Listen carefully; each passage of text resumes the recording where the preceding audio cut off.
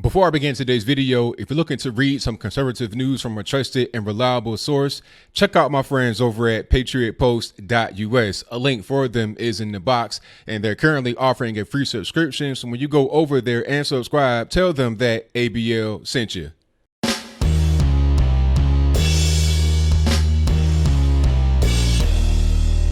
How's everybody doing? My name is Anthony Brian Logan, and today we got to talk about Joe Biden's flip-flop on the Hyde Amendment in just, 24 to 72 hours, a very short period of time. Now, to back up a little bit here to explain what's going on, if you don't know what the Hyde Amendment is, it's a piece of legislation that says federal funding cannot be used for abortions except for life of the mother, rape, or incest. If you just want to have an abortion just because you want to have it, federal funding can't be used. Now, Joe Biden had supported this amendment all throughout his entire political career. Okay, Joe Biden is an old man. Trump is old, yes, but Joe Biden is older than him. I think Trump was 72? Joe Biden is 76, and he'll be 77 later on this year. I think in November, December, one of those months. He's been in politics since almost the civil rights era. You understand what I'm saying? Like the early 1970s.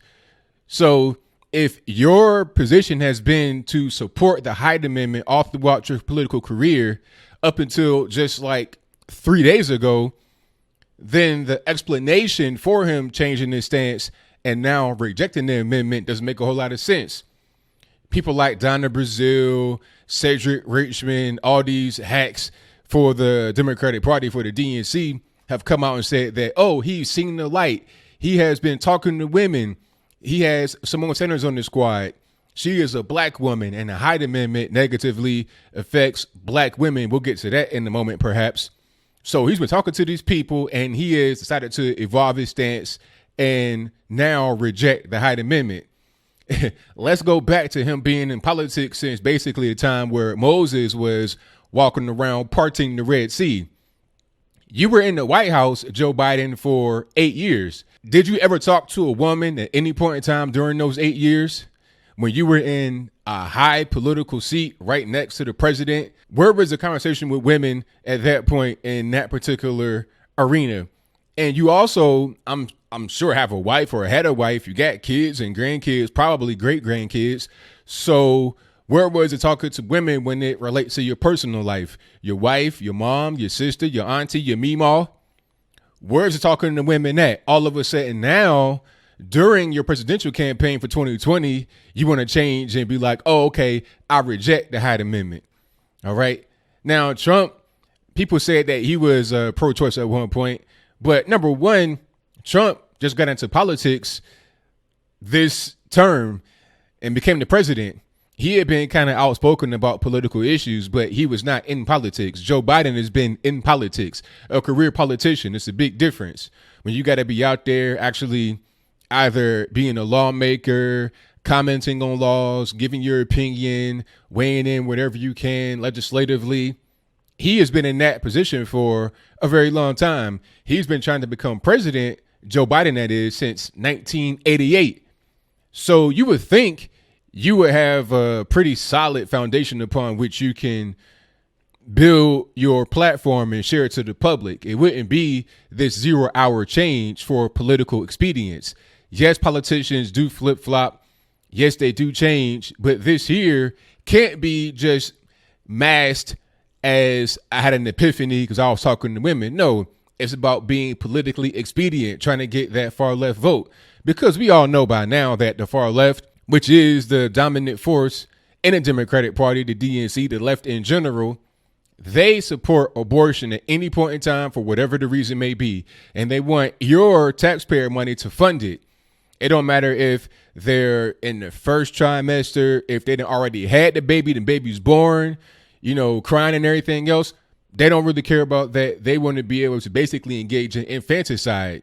From what I've been able to see, I could be wrong. I could be characterizing the wrong. This is just my humble opinion, so don't nobody get offended.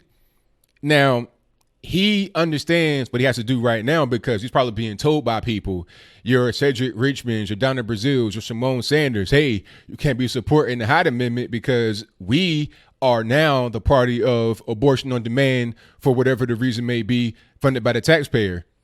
That goes against his core set of beliefs, because just a few days ago, I'm talking like Wednesday, today, Saturday, Wednesday, he said he supports it. Now, all of a sudden, he doesn't. I mean, come on. An evolution is a gradual process over a certain period of time. Not, oh, well, yesterday I believe in it, today I don't. It's really crazy. But as I close, I want to say this. Joe Biden is the leading candidate in the Democratic Party. He is very flawed. I mean, I ain't talk about all the creepiness he does in this video. I've done other videos about that you can see at a different time. He's creepy. He is an elderly man. He is low energy, already slurring and stuff on the campaign trail. And we're not even really in the full swing of it.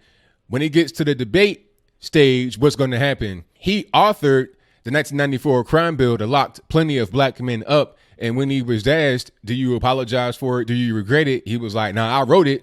And what? Essentially.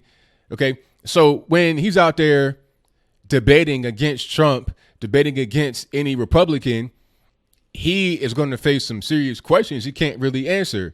You're flip-flopping, the 94 crime bill, the creepiness, the inappropriate behavior in general that he exhibited, how you've been in politics since the dawn of man, and you've not done anything of any consequence that has helped the nation go forward.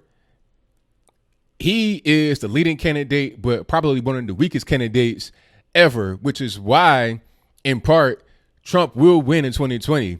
So that is pretty much all I got. What say you? Do you think that Joe Biden had a true epiphany about the Hyde Amendment? He was listening to women for the first time ever in his 76 years of life and decided, you know what, this is a wrong thing. This is a bad thing. He ain't talked to his meemaw, his auntie, his mama, his grandmama.